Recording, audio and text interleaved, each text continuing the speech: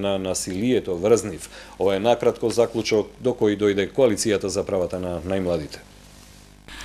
Се ограничува ли детската слобода во земјава? Колку од малолетниците се запознаени со загарантираните човекови права? Според председателот на првата детска амбасада Мејаши, 18.000 деца никогаш не седнале во школските клупи. Од нив дури 2.000 заработуваат питачејки на улица. Високи 70% и не знаат дека законот ги штити. Институциите прашуваат каде се правата за среќно детство. Во Македонија правата на децата се кршат во сите области. Препораки се 24 часовна работа на центрите за социјална работа. Ослободување од партиципација за здравствена заштита на сите деца и сите деца да се вклучат во образовниот систем.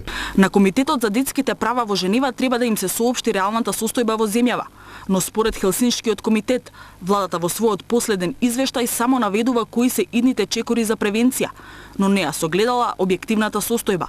Државата не дава слика за актуелната состојба на правата на детето, за тоа што направила, туку за тоа што планира во иднина да направи. До сега на СОС линијата во Меѓеши се јавиле 17.000 деца, од кои 20% се соочиле со најтешка форма на семејно насилство.